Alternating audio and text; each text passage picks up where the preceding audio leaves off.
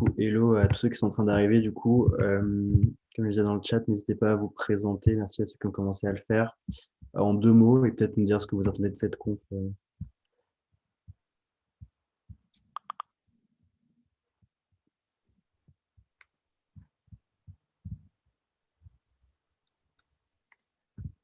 Ah, je commence à avoir quelques petits messages d'étudiants en pharmacie. Ça va être intéressant, ça, parce qu'on va pouvoir partager des expériences communes.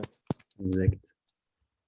Ouais, on a Samir qui est en pharma, Nathan qui est en pharma, Akil aussi.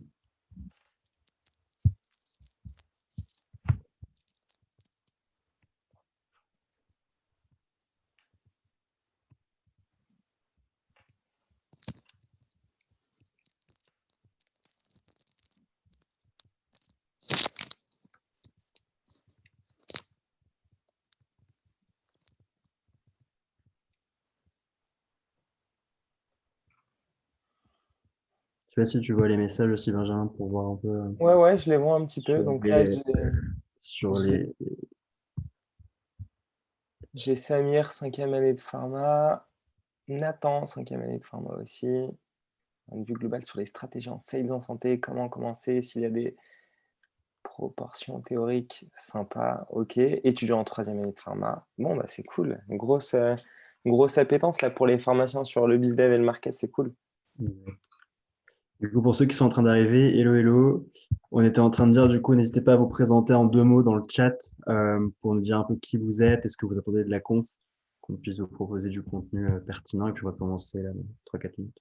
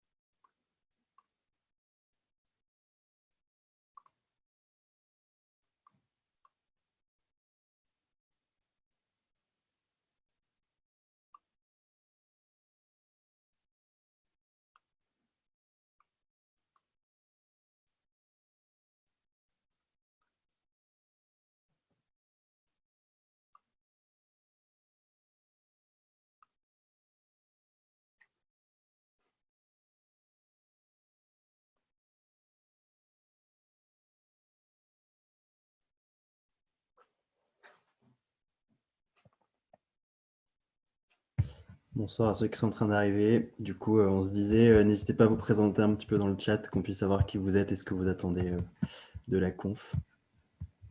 Et on va commencer dans 3-4 minutes, le temps que tout le monde arrive.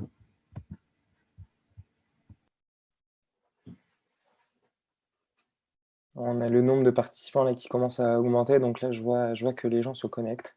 Voilà, bon, on ne sera pas à 18h pile, on n'est pas serré sur les horaires, on va attendre un petit peu. Yes.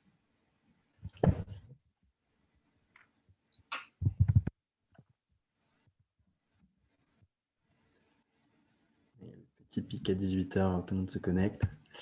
Du coup, pour ceux qui sont en train d'arriver, désolé pour ceux qui sont là, je me répète pas mal. N'hésitez pas à vous présenter en deux mots dans le chat et puis nous dire ce que vous attendez un petit peu de cette conf, si vous avez des points précis que vous voulez qu'on aborde.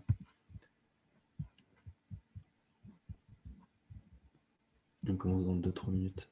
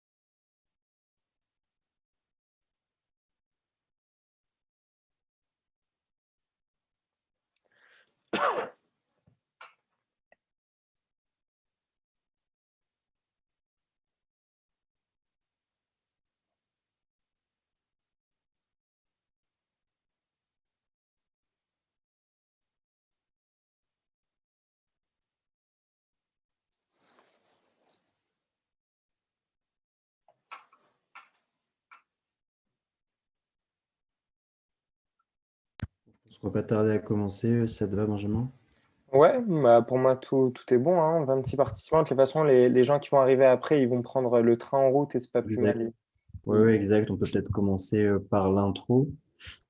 Alors du coup, je me répète pour une dernière fois pour ceux qui sont en train d'arriver, n'hésitez pas à vous présenter dans le chat pour qu'on puisse savoir un petit peu qui vous êtes et nous dire ce que vous attendez de cette conf pour qu'on puisse un peu orienter le discours si besoin. Du coup, on commence. Ça te va, Benjamin? Ouais, c'est bon pour moi. Je Ok. suis prêt. Trop cool. Bah, du coup, bienvenue à tous pour ce petit webinaire de la DigiCare School en partenariat avec AZMed. Donc, on accueille ce soir Benjamin, qui est responsable notamment des partenariats chez AZMed. Salut à tous. Je vais peut-être te laisser te présenter, puis je vais me présenter si ça te va, Benjamin. Ouais, avec plaisir. En général, sur les précédents événements que je faisais, c'était moi qui animais les discussions et que je donnais la parole. Donc là, avoir la parole un petit peu, c'est un peu nouveau pour moi, mais franchement, je suis hyper content et si je peux partager des expériences qui sont enrichissantes à tous ceux qui nous écoutent, ça sera avec grand plaisir. Donc, pour ceux qui ne me connaissent pas, donc moi, je suis Benjamin Meloul. Je suis pharmacien spécialisé en santé publique et j'ai fait dans le cursus 6e année un master 2 en Big Data et intelligence artificielle à Paris-Descartes. Et après, j'ai fait diverses formations en ligne, entrepreneuriat, sur une plateforme en ligne de Polytechnique un peu pour me spécialiser. Et maintenant, depuis 1 an, je suis le responsable des partenariats chez AZMed et je travaille à la fois sur forcément la vente, le business développement, mais aussi le marketing, le développement du produit et la gestion des investisseurs. Donc, je suis un peu, j'occupe une place un peu transversale sur tous les aspects business. Donc, c'est pour moi aussi une véritable opportunité aujourd'hui de vous partager mon expérience. Trop, trop cool. Petite question peut-être sur ton master en Big Data, comme il y a beaucoup d'étudiants. C'était un master spé en santé ou c'était très généraliste? C'était avec quel type de profil? Alors, c'était pas un master spé, c'était vraiment un master 2 qui était en fait lié à la spécialisation santé publique. Donc, c'est un master qui était lié à la fac de médecine de Paris-Descartes. Et bon, alors je sais que c'est pas tout le temps la même organisation pour toutes les facs de pharma, mais à Paris-Descartes, quand vous faites une spécialisation, vous devez forcément choisir un master qui est en lien avec votre spécialisation. Du coup, santé publique, c'est lié à tout ce qui est ingénierie biomédicale et aussi big data, intelligence artificielle. Donc voilà, c'est des sujets qui se développent beaucoup. Donc c'est important de le signaler parce qu'aujourd'hui, moi, quand je l'ai fait, c'était la première année du master. Et aujourd'hui, vous avez un master, un DU et encore plein d'autres choses qui se développent autour des big data et de l'IA. Donc c'est un sujet qui est porteur. Ouais, complètement. Bah, je connaissais le DU, mais je ne savais pas qu'ils avaient ce master-là, justement. Ouais. Ok, trop cool. Bah, pour me présenter très rapidement aussi, donc moi, j'ai également fait pharma, donc je suis en fin d'études, là, je suis en master à Polytechnique en innovation. Et du coup, j'ai cofondé la DigiCare School il y a 2 ans à peu près, donc qui a deux activités, une partie média, où on parle d'innovation en santé, et une partie formation, où on forme des étudiants et des professionnels de santé à l'entrepreneuriat, l'innovation et le digital dans la santé. Donc, on fait pas mal de webinaires autour de ces sujets-là. Donc, ce soir, on va parler de sales, du coup, avec Benjamin. On a eu pas mal d'inscrits, on est très content, le sujet intéresse beaucoup. Donc du coup, bah, on va commencer. Benjamin, peut-être que tu peux nous parler rapidement aussi de ce que fait AZMed pour bien comprendre le contexte aussi de ce que tu nous dis. Bien sûr, bien sûr. Alors, AZMed, on est une startup spécialisée en intelligence artificielle sur l'imagerie médicale. Heu, le premier outil qu'on a développé, c'est un outil d'aide au diagnostic basé, du coup, sur l'intelligence artificielle, qui est capable de détecter tout type de fracture en radiographie standard. Donc ça s'adresse à la fois aux radiologues et aux urgentistes et aujourd'hui, vraiment la vision qu'on a, c'est de faire gagner aux médecins du temps et de la précision pour sécuriser leur diagnostic. Donc voilà, on s'adresse un peu à des acteurs qui sont à la fois des acteurs privés, donc groupements de centres de radiologie, mais également des acteurs publics comme des centres hospitaliers universitaires ou des centres hospitaliers classiques. Ok, trop cool. Super, on va rentrer dans le vif du sujet. Peut-être juste comme précision pour les participants, si vous avez des questions, vous pouvez les poser dans le chat directement, donc on les verra. N'hésitez pas, on va faire ça de manière très interactive. Si vous voulez poser votre question sur un sujet bien précis, quand Benjamin va parler de quelque chose, n'hésitez pas à le faire de suite. Et puis, on gardera aussi sûrement un temps à la fin pour des questions. Peut-être qu'on peut commencer un petit peu sur un peu les grands principes peut-être du sales en santé. Qu'est-ce que tu peux nous dire un peu là-dessus sur quand on veut établir une stratégie sales, qu'est-ce qu'on fait? Ouais, parfait. Déjà, un des éléments importants, c'est j'ai vu beaucoup de gens sur le chat qui venaient des études de pharma. C'est un point qui est très important parce que quand on va faire du sales en santé, il faut savoir que tout notre parcours académique, on nous a appris une certaine rigueur de travail, une certaine réflexion. Et moi, personnellement, c'est vraiment ce sur quoi je me base aujourd'hui pour fonder la stratégie au sein d'AZMed. Et bien sûr, je vais apprendre d'autres choses hein, quand c'est du sales sur d'autres secteurs, mais il y a vraiment des petites particularités dans le secteur de la santé et je pense que ce qui va être intéressant aussi à travers ce webinaire, c'est de donner des éléments qui sont relatifs à tout type de secteur sur le sales et voir aussi spécifiquement comment ça s'adapte en santé et aussi voir des aspects qui sont spécifiques là pour le coup de la stratégie qu'on va mettre en place en santé. Donc voilà, il y a toujours ces deux aspects parce que voilà, on a une idée de comment faire du sales, mais il faut aussi s'enrichir et s'informer de ce qui se fait dans d'autres secteurs parce que ça peut aussi servir à ce qu'on va faire dans les secteurs de chacun. Donc, quand on parle à des médecins, quand on parle à d'autres professionnels de santé, il y a aussi des éléments d'autres secteurs qui sont très importants. Oui, complètement. De toute façon, de manière générale, l'entrepreneuriat, il y a quand même beaucoup de points communs, quel que soit le secteur. Et puis, tu as souvent quand même une belle spécificité en santé. Ce qui est cool, c'est que quand tu as fait des études de santé, tu maîtrises quand même déjà quelques petits trucs. C'est ça, c'est Euh, ça. mais ok, top. Et du coup, qu'est-ce que tu peux nous dire un petit peu là-dessus? Imaginons, voilà, en termes de stratégie, par quoi tu commences? C'est quoi un petit peu les bases là-dessus quand Alors, tu veux monter? les bases, ce qui est important de définir, parce que aussi pour revenir à tous les commentaires qu'on a eus au début du chat, c'est de se dire aujourd'hui, quand on va parler de sales, la plupart du temps, on va parler de savoir vendre un projet, mais aussi vendre une entreprise. Et dans ce cadre-là, le sales en santé, c'est assez intéressant et le sales en général, parce que si vous êtes des entrepreneurs, que ce soit sur la partie purement entrepreneuriale ou aussi si vous êtes dans une équipe sales ou dans une équipe marketing ou dans une équipe de communication, savoir pitcher son projet et convaincre les gens de vous engager à vos côtés, ça s'adapte en fait à tout le monde. Donc vraiment, que vous soyez fondateur ou que vous travaillez sur d'autres aspects de la boîte, l'aspect de savoir pitcher son projet et de vendre ce sur quoi vous travaillez, ça va être hyper important. Donc, je donne des exemples un peu simples, mais quand on veut vendre un produit ou un service, si on est dans la partie bizdev, ben, on va chercher de nouveaux clients. Mais quand on est un jeune entrepreneur, quand on va pitcher son projet, parfois on veut chercher des investisseurs, on veut chercher de futurs employés ou collaborateurs ou associés. C'est vraiment une dimension qui est importante. Et c'est un peu ce qu'on retrouve aussi dans le marketing et dans la communication, parce qu'on parfois on cherche des nouveaux articles, on cherche des interactions avec les journalistes, et la manière à la fois de les approcher, mais aussi de les convaincre de parler de nous et de collaborer, techniquement, on se repose sur des techniques de sales. Donc, je prends un petit peu de temps pour parler de ça, pour dire que vraiment, le webinaire, il aurait une dimension un peu globale où vous pourrez tirer quelques conseils et quelques skills intéressants, quelle que soit la partie dans laquelle vous travaillez au sein de l'entreprise. Ouais, complètement. L'idée, c'est de voir un peu une partie un peu théorique et puis passer plus sur la partie opérationnelle. On l'a pas dit d'ailleurs, mais il n'y aura pas de slide, mais on pourra vous envoyer un petit récap par mail à la fin de l'événement et puis ce sera enregistré, donc vous pourrez avoir accès à tout le contenu. Ok, super. Donc il y a cette Ok. partie-là, donc de savoir vendre son projet. Est-ce qu'il y a d'autres trucs Ouais, importants à savoir? alors moi, je commence toujours quand je parle aux jeunes qui nous rejoignent chez AZMed, c'est-à-dire quand ils commencent par des stages, etc., ou même des CDI, le principe de base que j'aime bien répéter, parce que c'est un principe qui m'a un peu accompagné pendant toutes mes études de pharma et que tous les médecins connaissent, c'est EBM. Donc, je ne sais pas si ça parle à tout le monde, c'est Evidence Based Medicine. Donc, c'est la médecine fondée sur les faits. C'est un truc qu'on nous a rabâché pendant longtemps pendant nos études. Et c'est vraiment à partir de ça que je tire en fait toute la stratégie sales en santé. Je vais un peu expliquer. Aujourd'hui, evidence-based medicine, c'est l'utilisation consciencieuse, explicite, judicieuse des meilleures données disponibles pour la prise de décision concernant les soins à prodiguer à chaque patient. Donc voilà, une définition un peu scolaire de ce que c'est, mais je vais essayer de vous expliquer à travers les bases de l'approche commerciale comment cet élément qui est spécifique au domaine de la santé, eh ben, on va le retrouver dans tout les arguments et dans toute l'approche qu'on va essayer de mettre en place pour faire une bonne stratégie en sales. Ok, top. Par exemple, chez AZMed, ça peut être quoi un petit peu ces facteurs-là? Est-ce que c'est par exemple des essais cliniques aussi sur lesquels vous pouvez vous appuyer ou c'est vraiment pas Ouais, c'est forcément jusqu'à ce exactement ça. niveau-là? comme Ok. j'ai dit, médecine fondée sur les preuves, il y a Mm. différentes manières de donner des preuves, donc ça va générer par la confiance, mais on ça sera vraiment spécifique du secteur de la santé, donc je préfère peut-être qu'on commence par les bases de Les l'approche généralités. commerciale Oui, top. globale Parfait. et on garde ce point dans la tête pour tout le monde et on va voir vraiment spécifiquement dans la santé comment on va l'appliquer. Très bien. Top.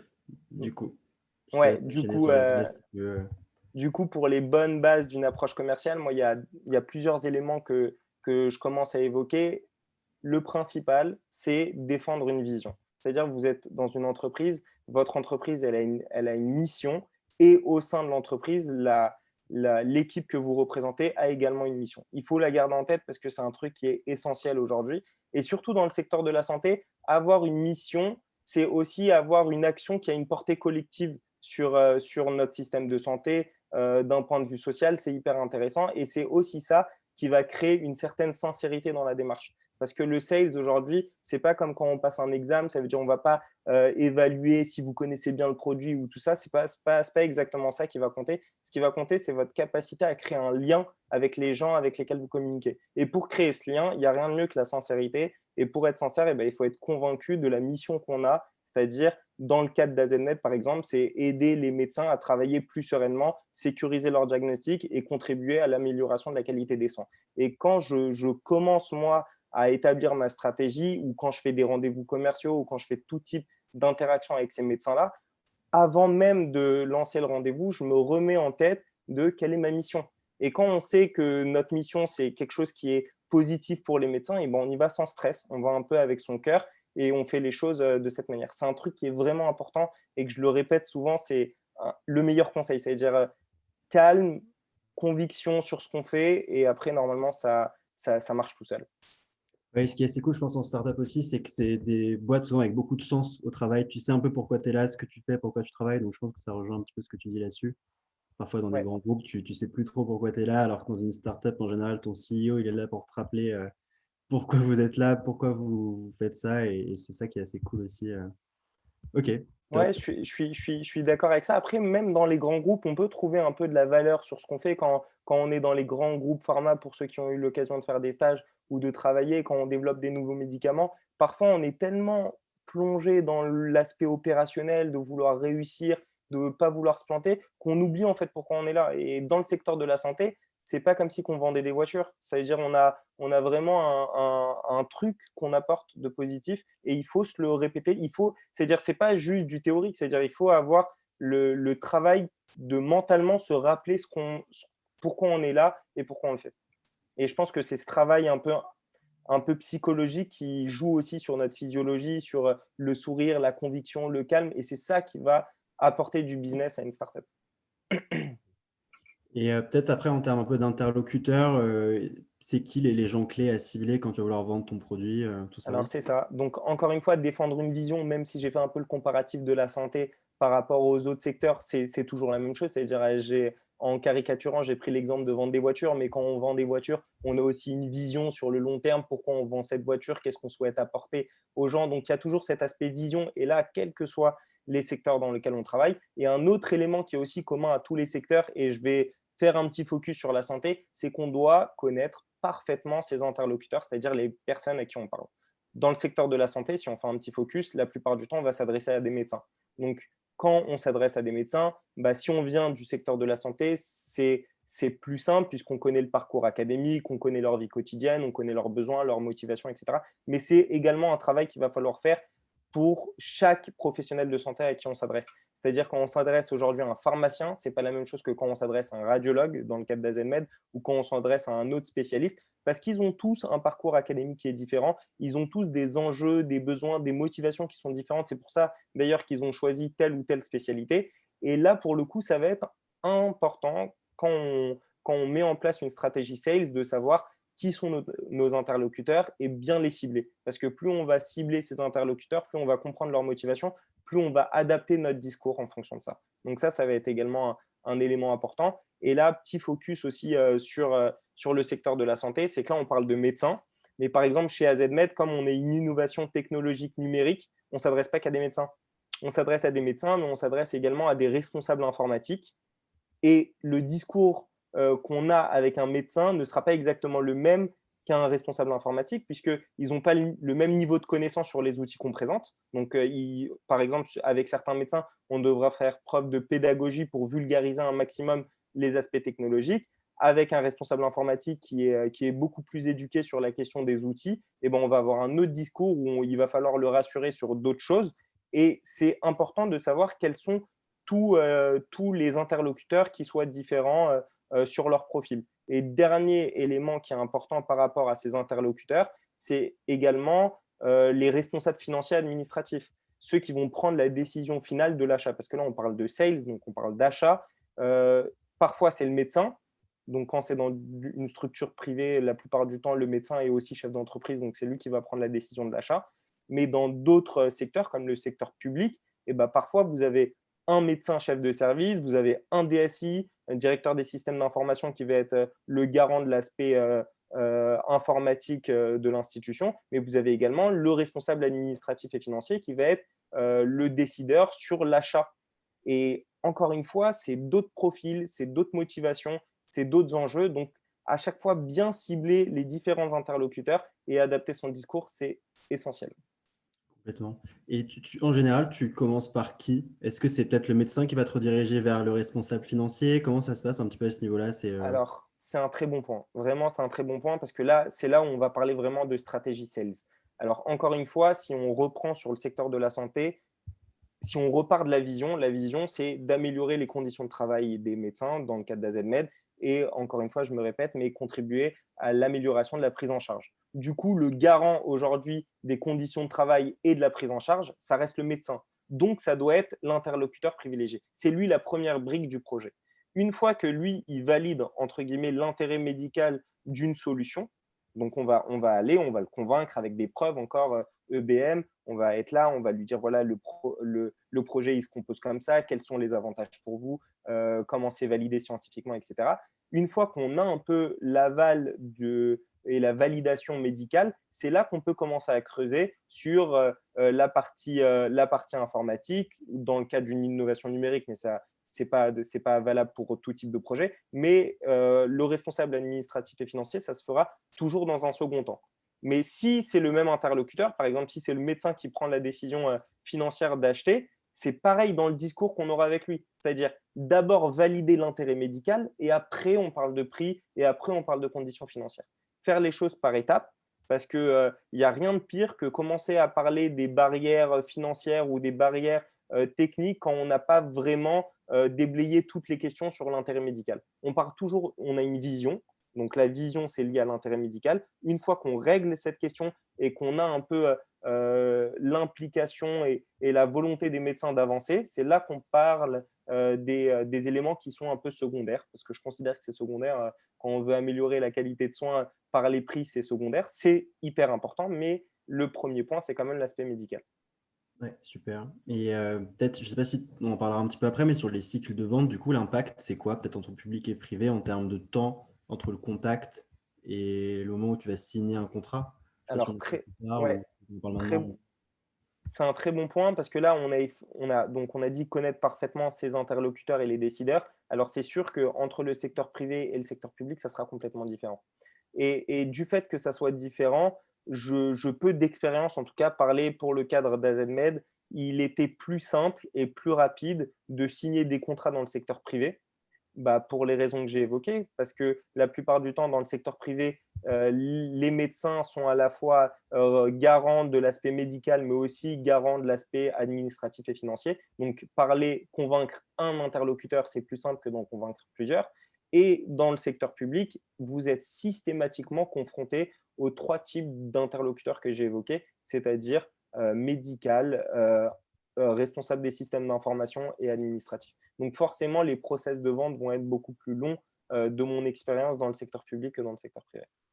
Ok, tu as peut-être des exemples en termes de durée ou pas Ouais, j'ai des exemples, tu mais me dis- encore une fois, je pense que ça, on pourra rentrer un peu dans le détail après pour rentrer un peu sur l'aspect plus opérationnel de la chose. Mais voilà, là, je pense qu'on a parlé un peu des challenges un peu généraux, donc défendre une vision, connaître parfaitement ses interlocuteurs. Pour ceux qui font du sales, qui ne soient pas spécialement en santé, vous avez déjà entendu ça plusieurs fois. Là, j'ai essayé de le contextualiser plus dans l'aspect médical. Maintenant, si on se base un peu sur la partie plus spécifique du sales en santé, parce que c'est important, après, on pourra rentrer dans la phase opérationnelle.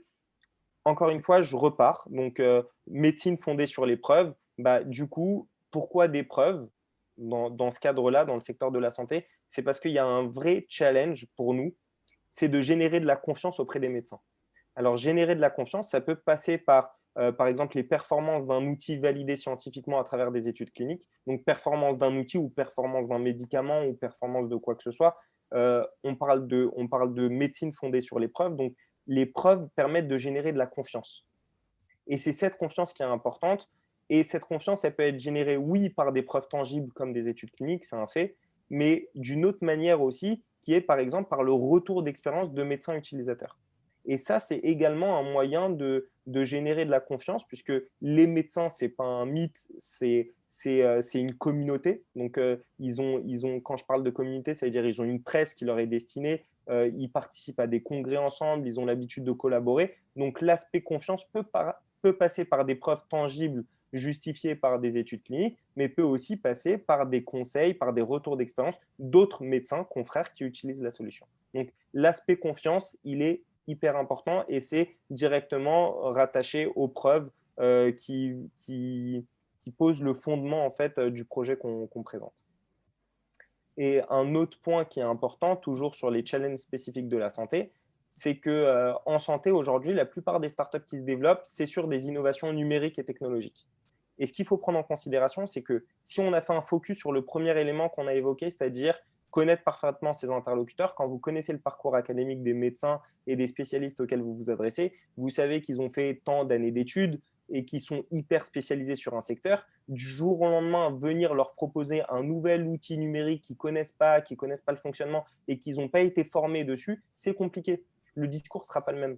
Et là, il y a un vrai travail qui est pédagogique de leur dire, OK, vous êtes hyper spécialiste de votre secteur, et ben moi, je vais être là aujourd'hui pour vous fournir les clés pour comprendre exactement ce que je vous propose comme service. Donc là, ça peut paraître un peu vague, mais si je prends l'exemple d'AZMed, nous, on s'adresse à des radiologues.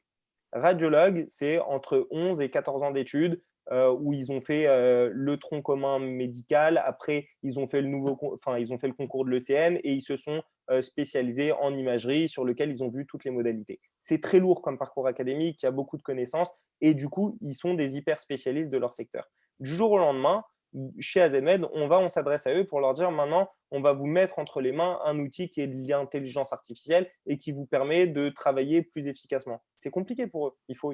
C'est-à-dire il faut l'anticiper, il faut se dire qu'ils ont eu l'habitude pendant des années de travailler comme ça. En plus, la formation médicale en France, ça passe beaucoup par l'internat et par la pratique. Donc, ils ont pratiqué déjà, ils ont pris certaines habitudes de pratiquer. Et nous, on va arriver, on va leur dire, oui, votre pratique, elle est très bien, mais on va un peu la modifier. Et ben là, on doit vraiment les connaître et savoir amener la chose. Et pour l'amener, le mieux, c'est de dire, ben voilà, vous avez été habitué dans votre parcours académique d'apprendre et d'appliquer en fonction de ce que vous avez appris. Et ben pour l'intelligence artificielle, nous, dans notre cas, on fait la même chose. C'est-à-dire, on vous explique comment fonctionne l'IA, vous adhérez un peu à cette technologie parce que vous comprenez comment ça fonctionne, et là, vous serez plus à même de l'utiliser. Vous voyez, c'est pour tous ceux qui nous écoutent, c'est un peu toujours la même logique. C'est-à-dire, vous apprenez et vous utilisez. Quelqu'un, si vous lui dites, s'il ne sait pas comment ça fonctionne, il aura beaucoup plus de mal à être familier de la technologie et de l'utiliser. Donc là, je parle d'intelligence artificielle parce que c'est le secteur dans lequel je travaille, mais ça peut s'appliquer à tout autre type d'outils. Et il y a un vrai travail d'éducation à faire avec les médecins. Donc quand je dis Une peur de se éducation, faire ça peut… remplacer aussi parfois. Tu Comment? as une peur de se faire remplacer parfois dans certains cas aussi. Enfin, tu as Ah, une peur de la technologie parfois en fait aussi. bah, c'est ça. Bah, parfois, avec les mauvais discours, c'est un peu le cas en France, hein, il y a des fantasmes aujourd'hui sur l'intelligence artificielle. On a tendance à opposer technologie et homme.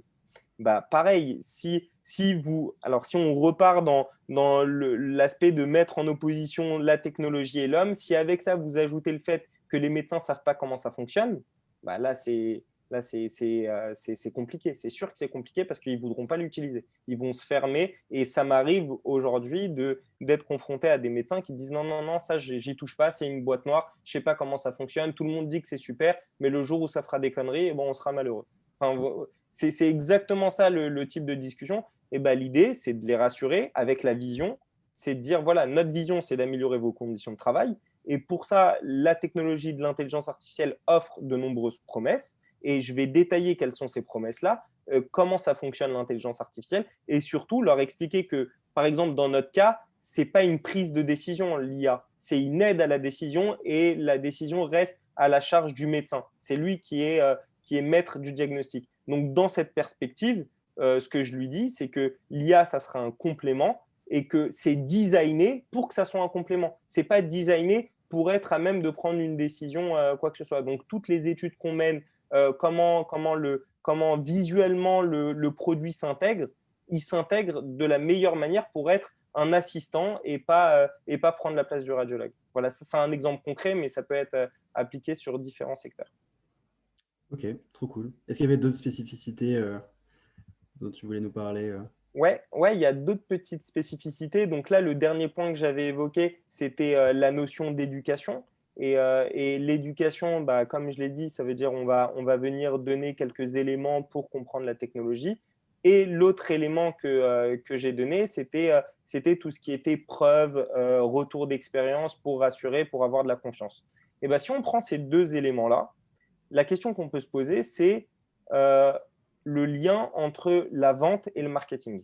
Et ça, c'est un élément assez intéressant, c'est que moi, je me suis rendu compte en santé que le lien entre la vente et le marketing était très important, puisque dans certains cas, le marketing est là pour servir les ventes, mais dans d'autres cas, la vente, c'est-à-dire trouver des nouveaux utilisateurs, peut permettre aussi de servir le marketing, c'est-à-dire adapter ses stratégies de communication. Je m'explique, c'est qu'aujourd'hui, quand on arrive à conclure des ventes dans le secteur de la santé, si vous concluez des ventes, vous avez des utilisateurs. Et ben, ces utilisateurs, on peut s'en servir après pour le marketing, c'est-à-dire pour publier des retours d'expérience ou des témoignages de l'utilisation. Et là, c'est là qu'on génère de la confiance. Donc, si on se focus sur cet aspect-là, on voit bien que la vente va être au service du marketing pour lui fournir de la matière. Maintenant, sur un autre aspect, on parlait d'éducation, mais qui dit éducation dit questions qui entourent la technologie. Par exemple, dans le cadre de l'intelligence artificielle, il y a beaucoup d'éléments qui peuvent constituer des barrières pour les médecins. C'est-à-dire, dans l'intelligence artificielle, on a par exemple la peur de la protection des données. Oui, qu'est-ce que vous faites des données, comment vous les gérez, etc.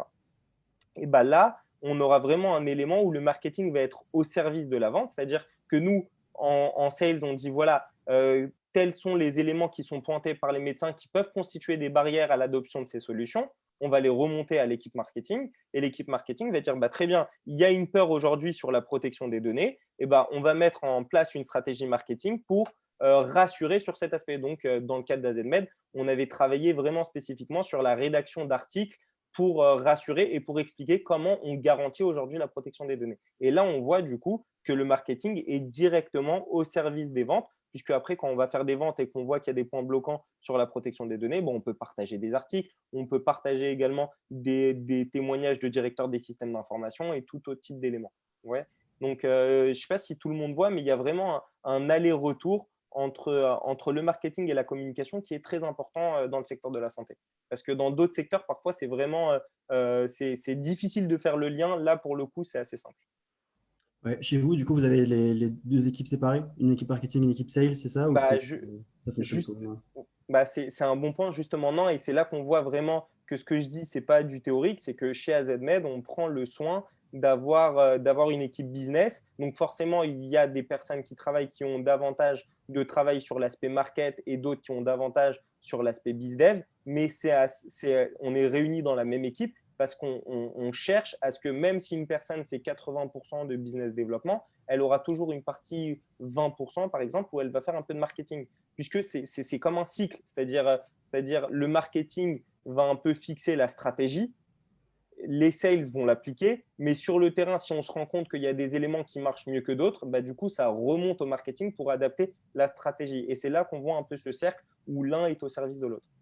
C'est sûr que si c'est la même personne, c'est quand même beaucoup plus pertinent et beaucoup plus simple à mettre en place les retours de ce C'est ça. côté-là. Exactement, exactement. Tu prends les choses un peu plus à cœur, tu as été sur le terrain, tu connais les difficultés, tu sais parfois ce qui bloque et c'est à ce moment-là que vraiment tu vas te servir de cette expérience-là pour déterminer une stratégie. Il faut vraiment, on est dans le secteur de la santé, il ne faut pas avoir peur de parler de conviction, de vision, de volonté de faire bouger les choses. Si on a une chance dans le secteur de la santé, c'est bien ça, c'est d'avoir un travail avec une portée positive. Donc, il ne faut pas du tout hésiter à s'engager, à être engagé en fait. Trop cool. On passe un peu à la partie plus opérationnelle, si ça te va, où il y avait Ouais, peut-être un point. C'est bon ouais, pour toi? non. On peut passer sur la partie opérationnelle. Donc, Juste avant ça, j'ai juste vu une petite question de Nathalie. AZMed, rien à voir avec AstraZeneca. Donc non. non, rien à voir, rien à voir.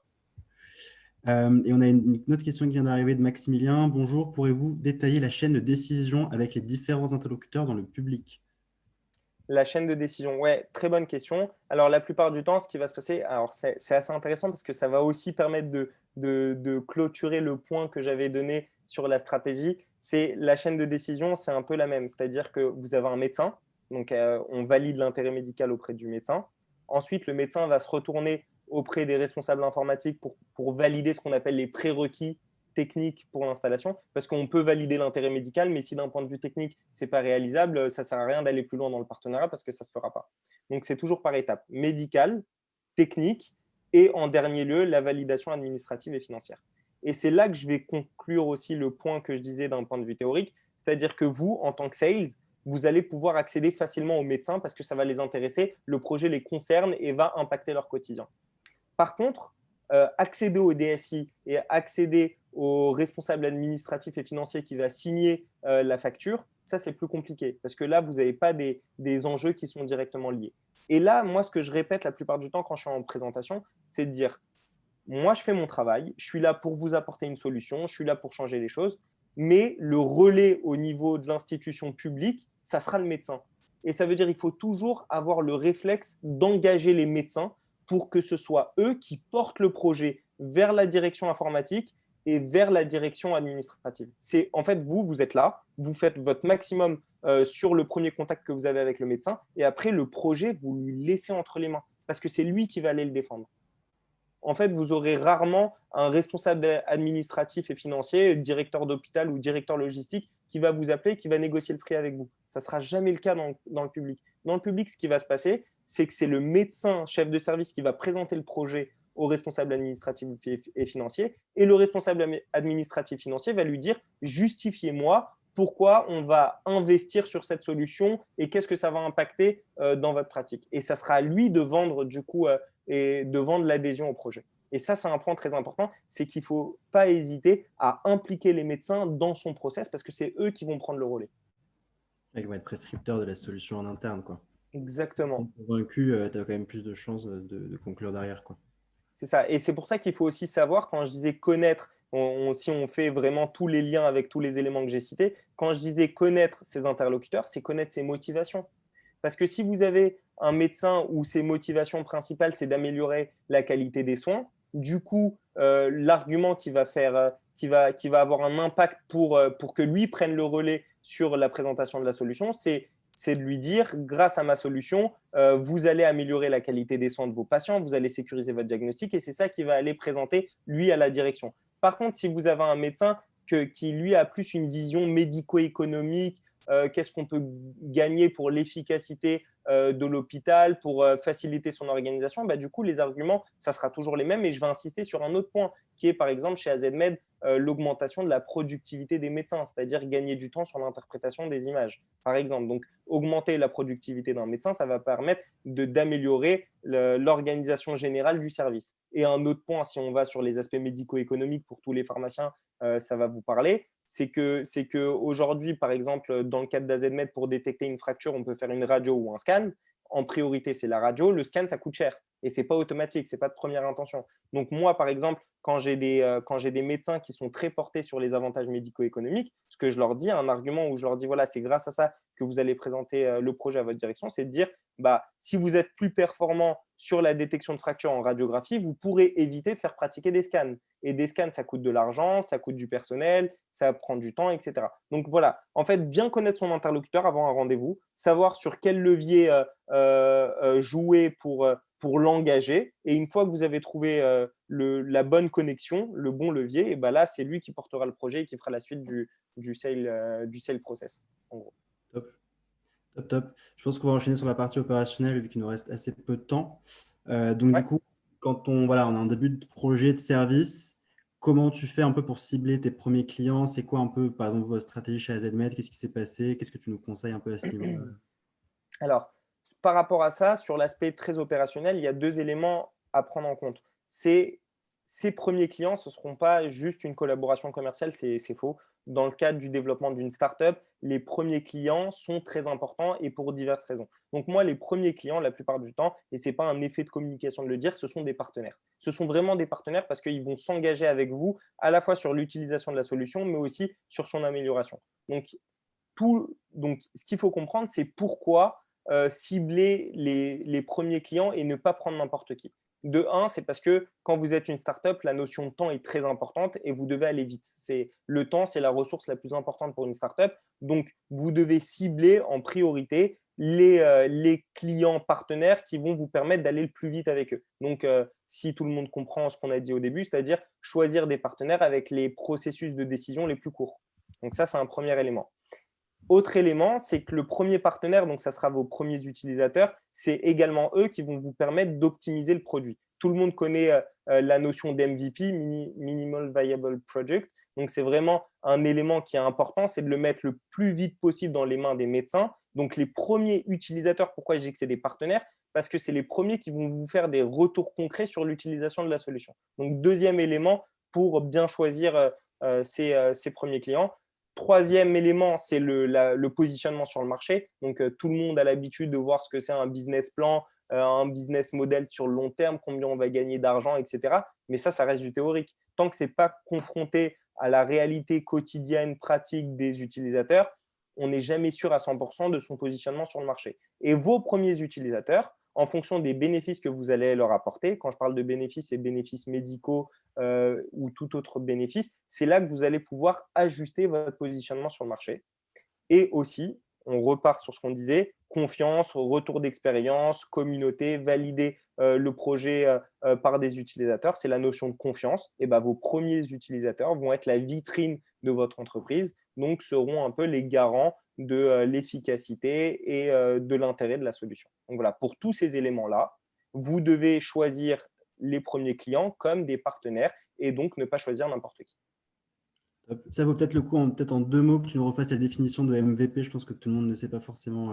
Alors, Okay. le MVP, c'est vraiment le prototype que vous allez développer quand vous faites votre boîte. Donc, dans le cadre du médicament, on ne pourrait pas trop parler de prototype parce qu'on a des longs process pour valider les médicaments, donc on n'a pas trop cette notion-là. Mais par exemple, dans la medtech, dans les technologies médicales, la plupart du temps, on ne rentre pas sur le marché avec un produit qui est définitif. Ce n'est pas le cas. Mais ça, c'est valable en santé comme c'est valable dans tout autre secteur. Je crois que c'était une phrase du fondateur de LinkedIn qui disait si vous êtes fier de votre produit le jour où vous le mettez sur le marché, c'est que vous avez lancé votre projet trop tard. Il a raison parce que plus vous lancez tôt, comme j'ai dit, le temps, c'est une notion qui est hyper importante. Plus vous le lancez tôt, plus vous allez confronter votre produit aux utilisateurs et au retour d'expérience et plus vous allez permettre d'optimiser cette solution. Donc, la notion d'MVP, de prototype, elle va être très importante parce que c'est là où vous allez être en confrontation directe avec les utilisateurs.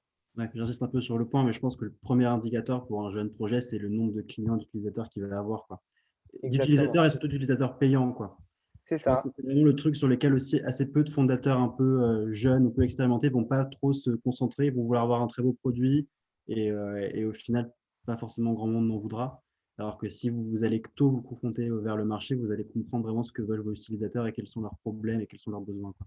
Je suis 100% d'accord avec ça. C'est-à-dire favoriser un nombre d'utilisateurs dans un premier temps. Moi, c'est ce que je répète. Quand on veut avoir une vision de faire bouger les choses, le nombre d'utilisateurs est très important. Et après, forcément, avec la croissance de l'entreprise, l'indicateur qui va être important, c'est le nombre d'utilisateurs payants, le chiffre d'affaires, etc. Mais dans un premier lieu, c'est vraiment le nombre d'utilisateurs parce que c'est eux qui vont vous donner du recul sur l'utilisation du produit. complètement. Et du coup, ouais, tu voulais dire un truc? Du coup, bah, voilà, si on reprend cette idée de ne pas choisir n'importe qui comme premier client, et bah, il y a des éléments dans sa stratégie à cocher. Et donc là, les gens en général peuvent prendre des notes parce que c'est aussi comme ça qu'on l'a déterminé chez AZMed. C'est par exemple pour ses premiers clients, il y a un élément qui est essentiel, bah, c'est de vendre en direct du coup. Parce que quand on fait des technologies médicales ou quand on a différents projets qu'on veut mettre sur le marché, on sera toujours approché par des potentiels distributeurs, etc. Et on sera tenté de se dire, ah bah, c'est une main-d'œuvre qui n'est pas directement liée à l'entreprise, qui peut être rémunérée sur la performance, donc je ne paie rien de le faire, etc. Mais du coup, travailler avec des distributeurs dès le début du lancement de son projet, ben, on perd le contact direct avec les utilisateurs. Et là, la notion d'amélioration, de MVP, etc., elle n'existe pas. Donc, un premier élément, si vous êtes entrepreneur et que vous lancez votre projet, sur les premiers utilisateurs, c'est de vendre en direct parce que vous devez garder ce lien privilégié avec ses premiers utilisateurs. Deuxième point, c'est ne pas être fermé sur son business model et sur son prix. C'est simple, les premiers utilisateurs vont être des partenaires. C'est-à-dire, ça va être un travail de gagnant-gagnant entre vous, c'est-à-dire eux, ils ont le bénéfice d'utiliser la solution et vous avez le bénéfice de leur expertise et de leur expérience. Et bah ça doit être valorisé sur votre business model et sur le prix que vous proposez, par exemple.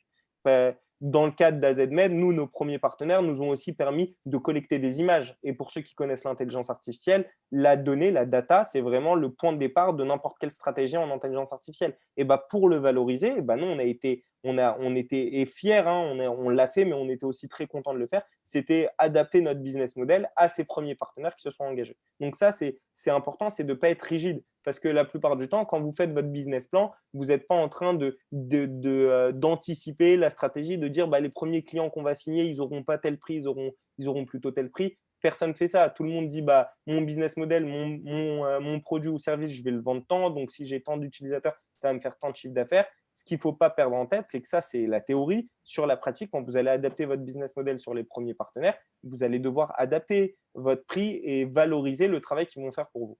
Donc, ça, c'est aussi un autre élément. Autre élément encore pour dresser la liste et être assez complet, c'est privilégier les personnes bienveillantes et accessibles. Il n'y a rien de pire qu'avoir comme premier utilisateur quelqu'un qu'on n'arrive pas à avoir au téléphone, quelqu'un qui est indisponible et quelqu'un qui n'est pas spécialement bienveillant. Comme je l'ai dit, ils sont là pour contribuer au développement de l'entreprise, à vous porter. Si ce n'est pas des gens qui sont disponibles, ça va être très compliqué. Donc là, sur ça, je vais y revenir sur le prochain point, ça va être important de bien cibler les bons utilisateurs. Parce qu'on peut avoir l'envie, quand on lance son projet, d'avoir plein de gens qui utilisent la solution, d'avoir plein de clients, mais si ce n'est pas les bons, ça va vous freiner. C'est-à-dire que vous allez penser gagner du temps, mais en fait, vous allez en perdre. Donc ça c'est aussi c'est un élément qui est important. Maintenant, pour les trouver, ces personnes à la fois bienveillantes, accessibles, etc., il y a différentes méthodes pour les trouver. Donc là, on part sur l'aspect un peu plus opérationnel, c'est de cibler les utilisateurs précoces. Donc les early adopters, pour ceux qui connaissent le vocabulaire un peu anglais, startup, qu'on a l'habitude d'entendre, c'est des personnes qui ont déjà acheté un produit similaire ou qui sont portées sur l'innovation. Et pour les chercher, c'est très simple. Bah, vous pouvez chercher des clients d'entreprises qui opèrent sur le même marché. Et très simplement, ça veut dire sans prendre des concurrents forcément, mais prendre des entreprises. Par exemple, moi, je suis à ZMed, je cherche des radiologues pour travailler sur la radiographie standard. Bah, j'aurai beaucoup plus de chances de trouver des early adopters sur des clients d'autres entreprises d'IA qui ne font pas de la radio standard, par exemple. C'est déjà des gens qui sont portés sur l'innovation, qui sont portés sur l'IA et qui connaissent le marché. Donc, ces gens-là seront beaucoup plus à même de travailler avec AZMed que quelqu'un qui n'a jamais parlé d'intelligence artificielle. Donc, vous, le point de départ de votre stratégie, c'est de chercher les bons partenaires. Et pour les chercher, bah, Internet aujourd'hui, Google, c'est incroyable parce que vous allez trouver énormément d'informations et c'est grâce à ça que vous allez cibler vraiment les partenaires privilégiés. Et un autre point sur ça, on a beaucoup évoqué avec Mario l'aspect, les différences entre le secteur privé et le secteur public. Et ben, on le rappelle, dans le secteur public, les process sont beaucoup plus longs que dans le secteur privé. Je pense que ça doit jouer également dans la manière de targeter ces premiers partenaires. Parce que si vous envisagez comme premier partenaire des grandes institutions publiques, comme des centres hospitalo-universitaires, bah, vous savez que les chefs de service ne sont pas accessibles facilement. Du coup, votre premier utilisateur, vous n'allez pas avoir ce lien privilégié qui est simple. Donc ça peut être une difficulté. Autre difficulté, les process de vente sont très longs. Donc, vous allez rentrer dans des négociations qui vont être longues pour aller vite et pour mettre rapidement le produit dans les mains des utilisateurs. Ça va être aussi compliqué. Donc, il y a vraiment un choix de se dire, OK, le public, c'est une bonne vitrine, c'est très important, mais il faut aussi voir qu'est-ce que ça va vous apporter concrètement sur l'amélioration de la solution. Complètement. Je pense que ça peut se faire aussi en parallèle, tu vois. Donc moi, j'avais monté un projet aussi dans le milieu hospitalier et un des premiers partenaires clients, c'était la PHP parce qu'on avait, je pense, un réseau aussi qui permettait de le faire. Et je pense que voilà, si le réseau que vous avez en professionnel ou personnel est assez important et à utiliser, quoi. Si vous avez du réseau qui vous pensez sera assez facilement activable dans le secteur public, je pense qu'en parallèle, ça peut être bien de mettre déjà un pied vu le temps que ça prend pour commencer à faire des choses, quoi. Alors, le réseau, c'est très important. Le réseau, c'est très important puisque si c'est votre réseau, déjà, ça sera plus facile d'accéder. Et deuxième point, c'est ce que je disais, c'est que la plupart du temps, dans votre réseau, c'est des personnes bienveillantes. Et quand je dis bienveillantes, ça veut dire qu'ils vont comprendre que votre produit n'est pas spécialement mature, qui doit encore s'améliorer. Et pour le coup, ils vont être là pour vous accompagner. Il n'y a rien de pire que de mettre un MVP dans les mains d'un utilisateur qui n'est pas bienveillant et qui va vous dire non, votre produit n'est pas bon, là, les perfs, elles ne sont pas bonnes et qui va commencer à ne pas être bienveillant. Ça, c'est le pire parce que à la fois psychologiquement, c'est dur parce on se dit ouais, le produit qu'on n'a pas développé, il n'est pas optimal, etc. Mais aussi sur l'aspect vitrine de ces premiers utilisateurs, au lieu que ça soit une vitrine positive, ça sera une vitrine négative. Donc vraiment, le réseau, bien évidemment, ça doit être le point de départ sur votre stratégie en sales. C'est-à-dire réunir les personnes qui sont pertinentes autour de vous et qui seraient des utilisateurs potentiels et leur proposer d'être partenaires sur votre projet. Voilà, ça, c'est bien sûr le réseau, c'est le premier point. Et après, si on veut écarter au-delà du réseau, ce que je disais, c'est que les recherches sur Internet, c'est très intéressant.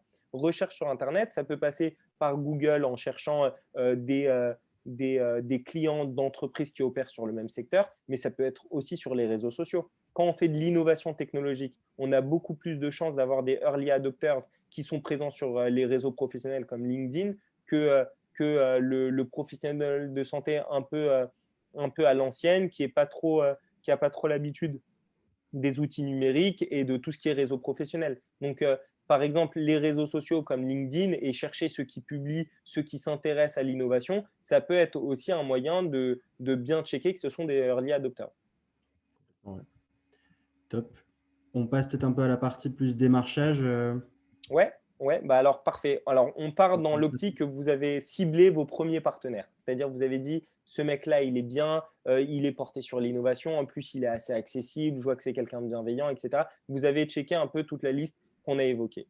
Techniquement, après, qu'est-ce qu'il vous reste à faire? Il vous reste à entrer en contact avec lui. Donc, si c'est sur votre réseau, vous êtes déjà en contact. Mais si c'est quelqu'un que vous avez identifié, mais que vous n'êtes pas spécialement en contact, là, l'idée, ça sera le démarchage. C'est-à-dire comment vous allez créer ce lien avec lui. Bah, l'option la plus commune aujourd'hui et qui est utilisée par n'importe quelle startup, c'est le démarchage par email. Et le but de l'email, c'est d'obtenir un call. Voilà. Ça, c'est le schéma classique. Il y en a plein qui l'utilisent. C'est-à-dire un email pour faire connaissance, pour présenter grossièrement la solution et surtout pour obtenir le call. Parce que comme je disais, la vente, ça passe par le lien que vous créez avec votre interlocuteur. Créer un lien par mail, je vous mets au défi, c'est assez difficile. Donc, le but du mail, ce n'est pas de conclure le contrat et de le signer en tant que partenaire. Non, le but du mail, et ce n'est pas de le convaincre aussi, c'est pas conclure et pas convaincre. Le but du mail, c'est de l'intéresser, de susciter de la curiosité chez lui et de l'inviter du coup à échanger avec vous par téléphone. Et c'est lors de l'échange par téléphone que là, vous allez essayer de le convaincre.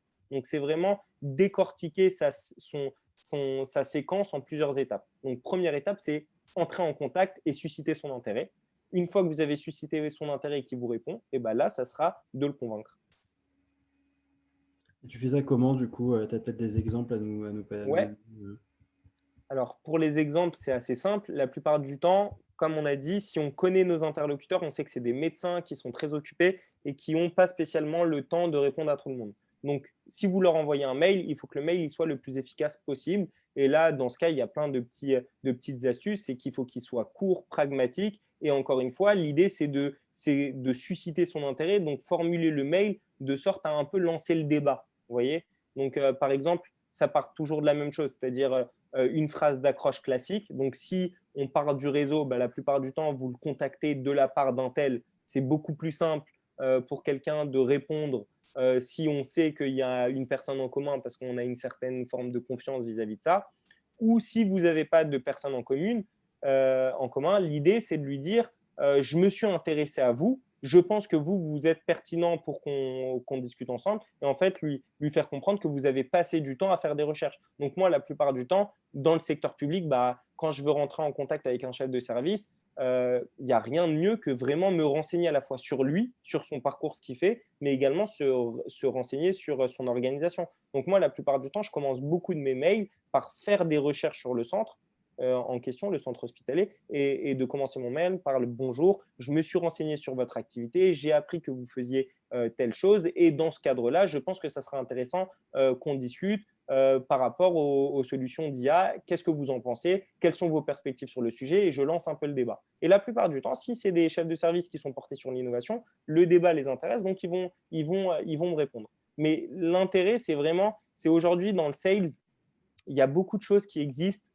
d'automatisation qui déshumanisent un peu, à mon sens, le contact qu'on peut créer avec les interlocuteurs. Et pour sortir de ça, pour sortir un peu de cette automatisation, de ce caractère un peu grande échelle de tous les mails qu'on pourrait envoyer en copie, surtout sur les premiers utilisateurs, moi, ce que j'aime le plus, c'est vraiment personnaliser un maximum mon mail. Comme ça, la personne ne se dit pas, je fais partie d'une séquence de mails de 300 personnes. Non, la personne sait que je me suis intéressé à lui et que si je l'ai ciblé lui, c'est pour cette raison et pas une autre. Ouais, carrément. Pas juste le prénom qui est personnalisé et pas le reste, quoi. Surtout sur les premiers où tu peux prendre le temps justement d'améliorer un peu la pertinence de tes potentiels clients, quoi. Exactement. Je pense que pour quelqu'un, il n'y a rien de pire que de recevoir un mail qui a un copier-coller de tout ce qu'on envoie classiquement. C'est pas le top. Alors, quand vous faites du pur business développement, quand vous êtes à une phase de l'entreprise où là, vous êtes sur une phase de croissance, je comprends que le temps, ils sont encore plus intéressants, où vous êtes sur un développement à grande échelle où vous devez contacter beaucoup, beaucoup de personnes. Alors, si vous faites du B2C, alors là, j'en parle même pas parce que personnaliser sur du B2C, ça sera encore plus compliqué. Mais là, si on replace le contexte dans lequel on parle de startup early stage qui cherchent leur premier partenaire pertinent. Là, franchement, vous avez le temps et vous avez le devoir de personnaliser un maximum votre message. Parce que c'est vos premiers partenaires. Quand on parle de premiers partenaires, ça peut être 10, 20 premiers partenaires. Ça va être vraiment les gens qui vont vous accompagner et qui vont conditionner la réussite du projet. Donc, vous devez investir du temps sur vous renseigner sur leur activité, vous renseigner sur leur motivation et faire le mail ou l'approche la plus personnalisée possible. Trop cool. Donc, on peut après un peu décortiquer, hein, parce qu'il y en a plein qui se disent OK, j'ai compris, on les adresse comme ça, mais quelle est la suite? Bah, très simplement, on personnalise son approche. Comme j'ai dit, je me suis renseigné sur votre activité ou je vous contacte de la part d'un tel qui m'a dit que ça serait pertinent qu'on échange. Après cette première accroche, l'essentiel, on parle à des médecins. Les médecins, ce sont des personnes, bon, médecins ou professionnels de santé d'un point de vue global. On est des personnes pragmatiques, on veut aller à l'essentiel. L'idée, c'est de mettre en avant votre proposition de valeur de manière la plus claire possible. C'est-à-dire, vous souhaitez parler avec lui pour lui parler d'un projet, il faut qu'il comprenne d'emblée quels sont les avantages pour lui de ce projet. Donc, mettre en avant une proposition de valeur claire. Donc, bonjour, je vous contacte de la part de machin. J'aimerais vous présenter un projet pour tel outil qui vous permettrait de machin. Quelles sont vos perspectives sur la question? Et là, on parle lancer le débat. Et dernier point aussi qui est très important, c'est enchaîner sur la prochaine étape, dans le sens où vous lancez le débat, mais votre idée, ça doit toujours être quelle est la prochaine étape avec cette personne. Et la plupart du temps, sur le premier mail, la prochaine étape, c'est d'obtenir un call. Et donc, il ne faut pas hésiter à avoir un call to action, c'est-à-dire, est-ce que auriez-vous 10 minutes, 15 minutes à m'accorder dans la semaine pour qu'on puisse échanger? Et là, vous êtes déjà dans l'étape d'après qui est non plus sur le mail et la prise de connaissance, mais qui est déjà sur le fait de discuter au téléphone. Donc, personnaliser son approche, mettre en avant une proposition de valeur claire et enchaîner sur la prochaine étape, call to action. Hyper important. Si vous avez cette structure-là sur vos mails, j'ai aucun doute que dans toute votre prospection, vous aurez des résultats positifs. Ok, top. Donc, du coup, tu envoies ton mail en censé avoir un call. Si jamais la personne ne te répond pas, du coup, tu fais quoi? Alors là, franchement, je vais parler avec de la modestie. C'est que moi, quand j'ai commencé le sales, eh ben, j'étais un peu frustré. C'est-à-dire, j'envoyais des messages, je dis, mais je viens avec ma vision, j'ai envie de changer les choses et la personne ne me répond pas et ça me frustrait. Et du coup, je restais bloqué face à ça. Et après, du coup, je me suis dit, mais voilà, on a recruté des personnes chez AZMed, on a recruté des personnes qui sont spécialisées en sales aussi. Et c'est aussi pour moi l'occasion de passer un peu le bonjour à Bastien Manceau qui travaille avec moi en binôme sur le sales chez AZMed. Et lui, il vient d'un autre secteur et il m'a apporté aussi une certaine rigueur dans le travail. Et pourquoi je parle de rigueur maintenant? Parce que c'est le follow-up. C'est-à-dire, la personne qui ne vous répond pas, ce n'est pas parce que ça ne l'intéresse pas et qu'il n'en a rien à faire. Pas du tout. C'est peut-être parce qu'il n'a pas le temps sur le moment. Peut-être qu'il a d'autres problématiques et qu'il ne pense pas forcément tout de suite à s'engager sur un projet. Et il y a un élément qui est majeur, et c'est pour ça que j'évoquais Bastien, c'est qu'avec Bastien, on avait mis en place un système qui était simple, qui était de dire bah, on envoie un premier mail à tel moment. Au bout de tel jour, si la personne n'a pas répondu, on envoie un nouveau mail de follow-up. Et c'est ça un petit peu qui va permettre de créer un suivi sur les personnes qu'on target. Et c'est là qu'on va créer des interactions avec les gens. Je m'explique. C'est aujourd'hui, il y a une phrase qui est assez commune dans le secteur du sales, c'est de dire money is on the follow-up. C'est-à-dire que vous allez avoir sur 100 personnes, vous allez avoir une partie de ces 100 personnes, peut-être 20 ou 30% qui vont répondre à votre premier mail, mais vous avez 70% qui ne vont pas répondre au premier. Vous allez avoir énormément de gens qui vont répondre au premier mail de relance ou au deuxième mail de relance. Et en fait, ce n'est pas parce qu'à la base, ils n'étaient pas intéressés. C'est juste que peut-être qu'à ce moment-là, ça ne tombait pas dans le bon timing. Donc vraiment, penser au premier mail, c'est important, mais le deuxième mail est super important, c'est le follow-up. Et quand je parle de follow-up, le mieux, et c'est ce qu'on a fait aussi avec Bastien, c'était de standardiser son process. Parce que là, pour le coup, vous allez devoir gagner du temps. Parce que à la fois, trouver des infos sur le premier mail pour se renseigner sur la personne à qui on s'adresse, c'est important. Mais par contre, sur le suivi de la chaîne, de la séquence de mails, là, vous allez devoir standardiser un maximum votre processus. Et quand je dis standardiser, c'est comme je l'expliquais, donc vous avez un premier mail, il faut vous fixer très facilement dans votre sales process à combien de jours j'envoie un premier mail de relance, à combien de jours j'envoie un deuxième mail de relance, et surtout savoir jusqu'à où vous pouvez aller. Parce que vous vous adressez à des médecins, à des chefs de service ou à des professionnels de santé. Là, je parle médecins, mais ça peut être des projets en santé où vous allez vous adresser à des pharmaciens, à des autres professionnels de santé. Il faut savoir, en fonction de leurs obligations, jusqu'à combien de mails vous pouvez envoyer. Moi, par exemple, avec Bastien, on s'était dit, voilà, on parle à des gens qui sont occupés, on était en période Covid. Moi, on ne se voit pas envoyer 10 mails à la même personne. Ça ne correspond pas à nos valeurs. On se dit, par exemple, on va jusqu'à 3 mails, et si au bout de 3 mails, il ne répond pas, ben, on considère que la personne, ça ne l'intéresse pas. Et ça existe, on ne peut pas intéresser tout le monde. Mais ça veut dire standardiser un maximum ce process. Et dernier point par rapport à cette séquence de mails, c'est toujours de se dire, quand je parle à la personne, j'apporte une information qui est complémentaire. C'est-à-dire, si sur mon premier mail, je me suis renseigné par rapport à sa structure et que je souhaite le contacter pour avoir un call. Ça, c'est un premier point. Si sur le deuxième mail, je cherche à le relancer, il ne faut pas que ça soit une relance juste pour dire je relance. Il faut que dans cette relance, on apporte de l'information complémentaire qui suscite encore l'intérêt. Comme ça, on apporte toujours des briques complémentaires sur notre proposition de valeur, et peut-être qu'au bout du deuxième, troisième mail, et ben, c'est là qu'on va obtenir de l'engagement de la part du professionnel de santé et qui va répondre à notre sollicitation. Ouais, complètement. Et peut-être deux points pour insister là-dessus. Premier, c'est que tu parlais de 20-30% qui vont peut-être répondre à ton premier mail. Je pense que ça peut arriver aussi au tout début, qu'il y en ait peut-être 5% qui te répondent. Tu vois, enfin, moi, pour avoir testé, tu peux aussi n'avoir quasiment, enfin, très peu de réponses, très peu de retours. Et je pense que c'est ce moment-là aussi, il ne faut pas se décourager et savoir peut-être ce qui cloche dans son projet ou pourquoi ça passe pas. Peut-être se renseigner avec des gens de ton réseau et comprendre un peu mieux tes arguments. Mais pas se décourager à ce moment-là, quoi. Je pense que par mail, c'est très, très compliqué. On reçoit des tonnes de mails. Et parfois, c'est vraiment pas 20-30%, je pense, aussi, Benjamin. Ouais, j'ai un peu, Toi, je pense que tu as donné un ordre d'idée, mais je veux dire, ouais, j'ai donné un ordre d'idée, mais ça dépend des secteurs. Et je pense qu'au début, chez AZMed, c'était pas du tout 20-30%. C'est surtout là pour parce que le quelqu'un qui te projet. connaît, quoi. le projet commence à être connu, donc Ouais, on a l'impression que c'est plus simple. Et aussi, ouais, comme c'est un sujet qui est en vogue, les chefs de service répondent plus simplement. Mais c'est vrai, c'est pas 20-30%. Ce que j'ai voulu dire par rapport au pourcentage, c'est de dire que moi, de mon expérience, je trouve que j'ai beaucoup plus de retours à partir du follow-up que sur ouais, le premier mail. ouais, complètement. Et c'est là où j'ai eu un apprentissage personnel, c'était que j'avais une sorte de frustration sur mon premier mail quand on ne me répondait pas, alors qu'en réalité, il n'y a pas de frustration à avoir. Moi aussi, dans le poste que j'occupe, parfois, je suis targeté par d'autres entreprises pour faire des collaborations et ça m'arrive de ne pas répondre au premier mail parce que parfois, ça tombe au mauvais moment, parfois, on oublie et dans notre vie, on ne pense pas à 100% au travail. Et le travail, ça occupe une partie de notre vie et le reste, on a les objectifs perso, on a d'autres choses. Donc, il ne faut pas du tout être frustré sur l'absence de réponse. Et même si le taux il est très faible, et bah, vous pouvez augmenter le nombre de réponses en augmentant le nombre de personnes que vous targetez aussi. C'est un moyen, par exemple. Complètement.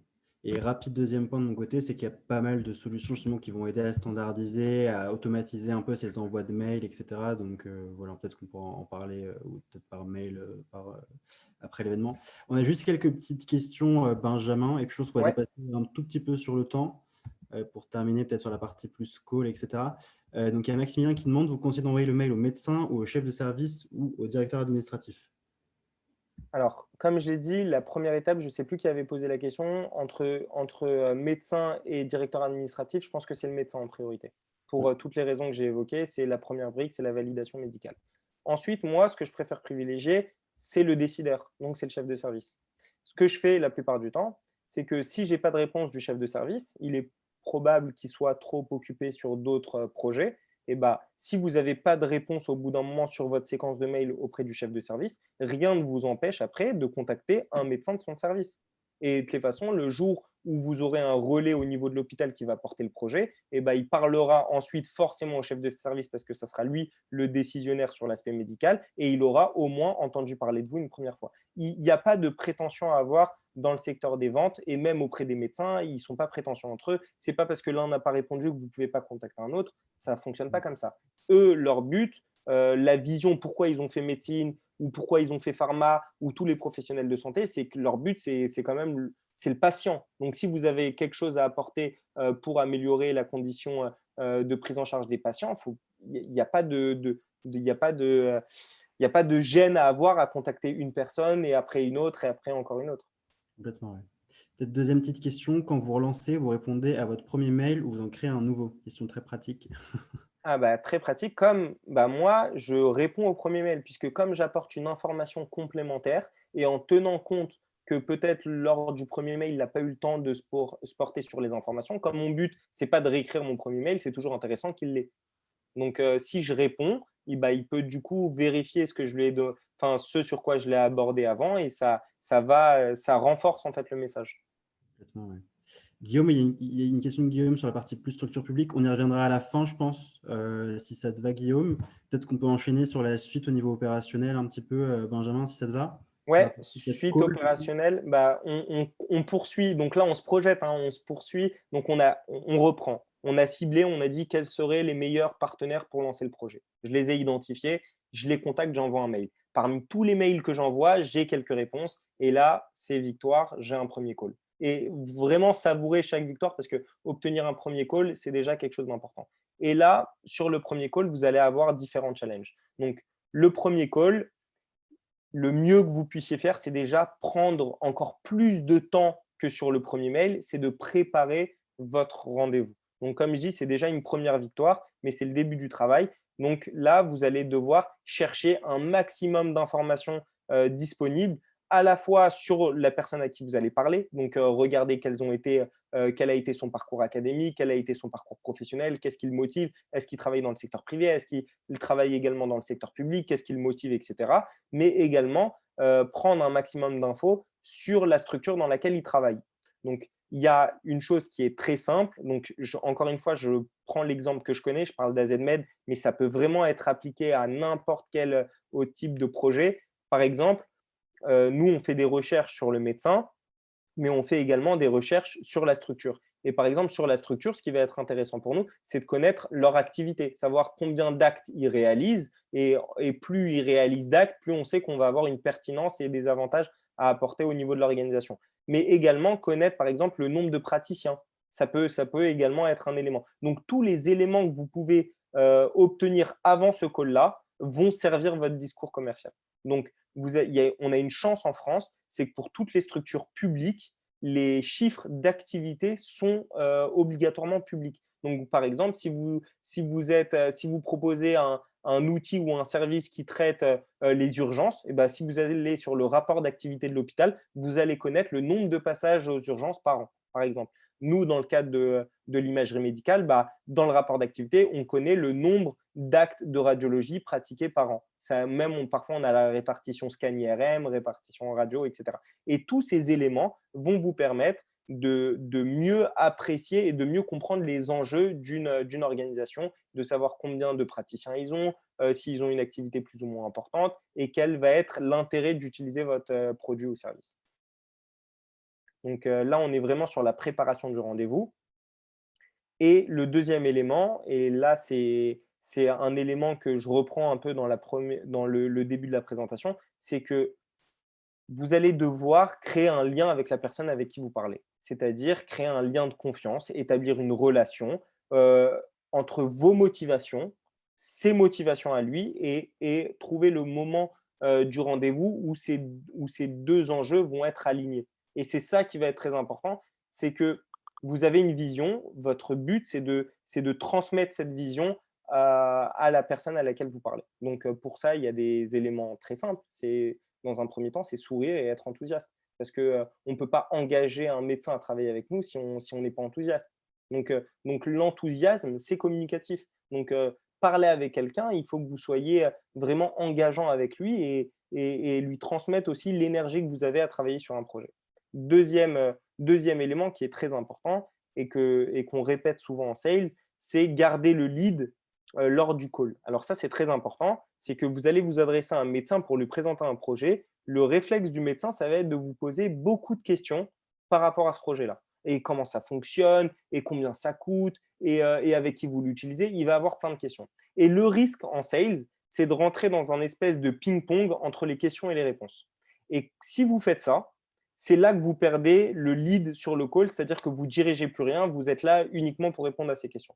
Or, le but du call, c'est de convaincre. Et pour convaincre, il faut avoir une stratégie déterminée, avoir un cheminement dans les idées, et c'est vous qui devez l'amener. Donc, quand je dis garder le lead, c'est cadrer le rendez-vous, dire voilà, je vais commencer par vous présenter les choses comme ça. Après, on va se garder un petit peu de temps pour répondre à vos questions et toujours faire des temps d'arrêt où vous le questionnez, vous lui dites est-ce que ça va, est-ce que vous avez compris, est-ce qu'on peut avancer, est-ce que maintenant je peux vous parler de comment on intègre la solution chez vous ou une fois qu'on a réglé tous les points, quand est-ce qu'on parle de prix, etc. Vraiment cadrer et organiser le rendez-vous avec une certaine, une certaine rigueur, si on peut dire les choses comme ça. Ne pas perdre le lead sur le rendez-vous si on se met à répondre à toutes les questions qui viennent.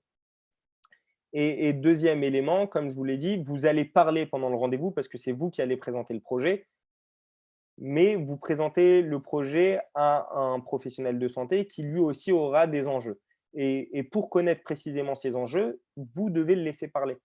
Et quand vous devez le laisser parler, c'est-à-dire qu'à la fois, vous devez poser les bonnes questions, mais vous devez être aussi à même d'avoir la bonne écoute, ce qu'on appelle l'écoute active. Ce n'est pas juste le laisser parler, c'est de le laisser parler et d'orienter votre discours en fonction de ce qu'il vous dit. Et c'est ça qui va être important. C'est toujours d'être dans cette écoute et dans cette communication. Ce n'est pas un rendez-vous commercial, ce n'est pas dans un seul sens où c'est vous qui parlez, qui lui donnez les infos. Vous parlez, vous recueillez des infos et vous réengagez la discussion en fonction des infos qui vous ont été données. Et c'est comme ça que vous instaurez cette forme de lien et de connexion entre vous.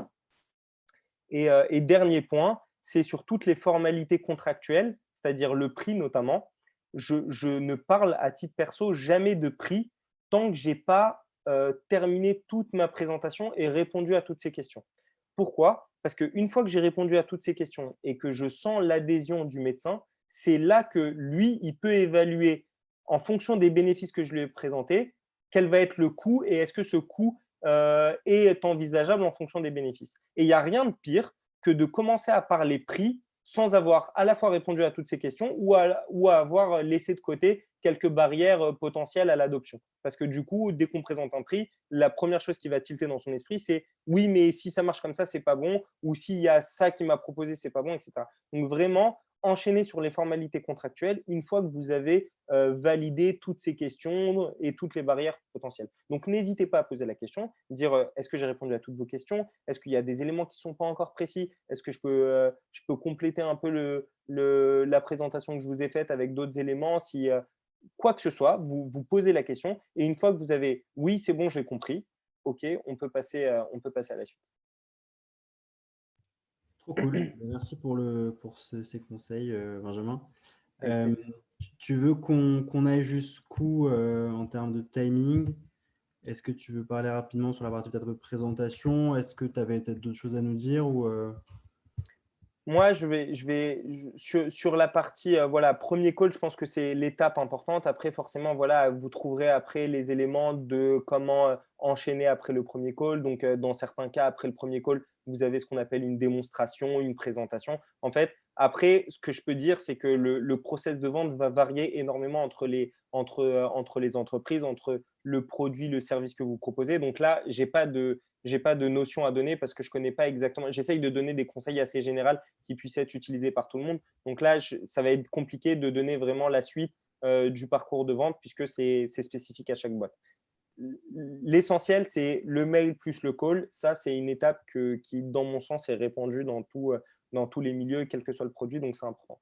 Si, si là, je peux vraiment défendre un peu un point sur lequel je veux vraiment insister et ça va conclure aussi, aussi ce que je voulais dire à travers toute cette présentation, c'est que défendre la vision et la manière de faire les choses et pourquoi on le fait, franchement, c'est pas de la com, hein. C'est vraiment essentiel parce que c'est là que ça va jouer sur notre façon de parler, sur notre sourire, sur notre intonation et c'est ça qui va permettre de créer le lien. Je vous donne un exemple, une anecdote, un retour d'expérience qui va parler un peu à tout le monde. Je me déplace pour l'une des premières présentations commerciales que je fais au niveau d'un centre hospitalier et c'était pendant la période, donc l'année dernière, pendant la période Covid. OK? Et donc, j'avais un peu le stress de faire les choses bien, conclure la vente, et cetera et j'étais vraiment sur, comment je vais réussir à signer ce contrat. Donc, typiquement, le chose qu'on ne doit pas avoir en tête normalement dans une présentation parce que c'est pas le résultat, il faut pas penser au résultat, il faut penser à l'instant, il faut penser à la relation concrète. Et en fait, ce qui se passe, c'est qu'on a pris l'habitude maintenant depuis un an avec le covid, on a tous des masques et on voit que les yeux des personnes. Donc, on a perdu un peu ce contact humain et on s'assoit dans une salle de réunion. Donc, j'avais le chef de service de radiologie, chef de service des urgences et on commence la réunion, chacun se fait un café et au moment de prendre leur café, bah, ils enlèvent le masque et d'un coup, du coup, je les vois vraiment parce que je voyais que leurs yeux. Et en fait, je les vois avec les traits tirés, vraiment la fatigue du chef de service qui se bat pour faire en sorte que son hôpital fonctionne bien avec les conditions sanitaires qui sont compliquées. Et là, d'un coup, et bah, je ne sais pas comment vous dire, bah, le rendez-vous, il s'est passé super bien parce que en fait, ça m'a remis à l'idée pourquoi j'étais là. Parce que ces gens-là, dans le cadre d'AZMed, notre but, c'est vraiment d'améliorer les conditions de travail des médecins, de permettre de désengorger les urgences. Et quand je vois des chefs de service qui sont cramés parce qu'ils travaillent beaucoup et qui sont dans un contexte qui est difficile, et ben en fait, je comprends tout de suite pourquoi je suis là. Et en fait, là, je suis plus dans l'instant de dire je vais signer le contrat ou pas signer le contrat. Je m'en fiche. Pourquoi je suis là, c'est leur présenter un projet qui va potentiellement les aider à travailler dans de meilleures conditions. Et en fait, c'est là que le lien il se crée. Et en fait, ça, je partage cette expérience parce que je pense que ça a été le point de départ sur mon parcours après en sales dans le secteur de la santé. C'est qu'aujourd'hui, je sais que le plus important, c'est de défendre la vision et de créer un lien auprès des gens à qui je m'adresse. trop trop cool. Bah, merci beaucoup, Benjamin. Peut-être un dernier point du coup, donc la question de Guillaume, c'était plus un focus sur les structures publiques, donc Ouais. notamment sur le timing du cycle de vente et les accords qui peuvent être négociés entre, par exemple, la ZMed, la structure et l'hôpital en termes d'arrangements financiers, offre de réduction, partage d'IP, etc. Alors, Euh, c'est une bonne question. Sur les temps de négociation, bah, parfois, ça peut être rapide et parfois, ça peut être long. Alors, pourquoi ça peut être rapide et long? Pour ceux qui ont fait des études de pharma, vous connaissez un peu l'organisation des hôpitaux avec les commission médicale d'établissement, les choix qui sont faits au niveau institutionnel, et cetera. En fonction de tous ces éléments, bah, ça peut aller plus ou moins vite, si vous avez de la chance quand les réunions sont rapprochées de la présentation que vous avez faite, ou ça peut prendre énormément de temps, si les réunions sont plus tard. Donc pour toutes ces raisons, je ne peux pas donner de délai sur des contrats. J'ai des contrats qui ont été signés entre 1 à 3 mois, et j'ai des contrats qui ont été signés au bout d'un an de discussion. Donc c'est très long, c'est très long. Ce que je peux dire d'expérience, c'est que c'est plus long dans le public que dans le privé, pour toutes les raisons qu'on a évoquées. Et la question, c'était sur le type de collaboration. Encore une fois, ça dépend des structures. Aujourd'hui, nous, on a des partenariats avec la PHP, où c'est des partenariats un peu global, où par exemple, on a des phases de test qui sont plus ou moins longues, parce que comme la PHP, c'est très grand, et qu'avant de prendre une décision institutionnelle sur le fait de payer une solution, bah, ça va prendre du temps. Du coup, on se lance sur des phases de test qui sont plus ou moins longues. Et là, on est vraiment sur des partenariats.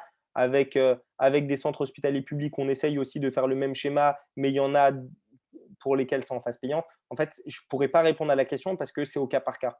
Et c'est au cas par cas parce qu'on s'adapte à la fois à ce que le centre est prêt à faire pour nous. Et en fonction de ce qu'ils sont prêts à faire pour nous, bah, nous, on adapte aussi notre business model. Top. Bah, merci beaucoup, Benjamin. Je pense qu'on a répondu à toutes les questions et je pense que c'était assez clair.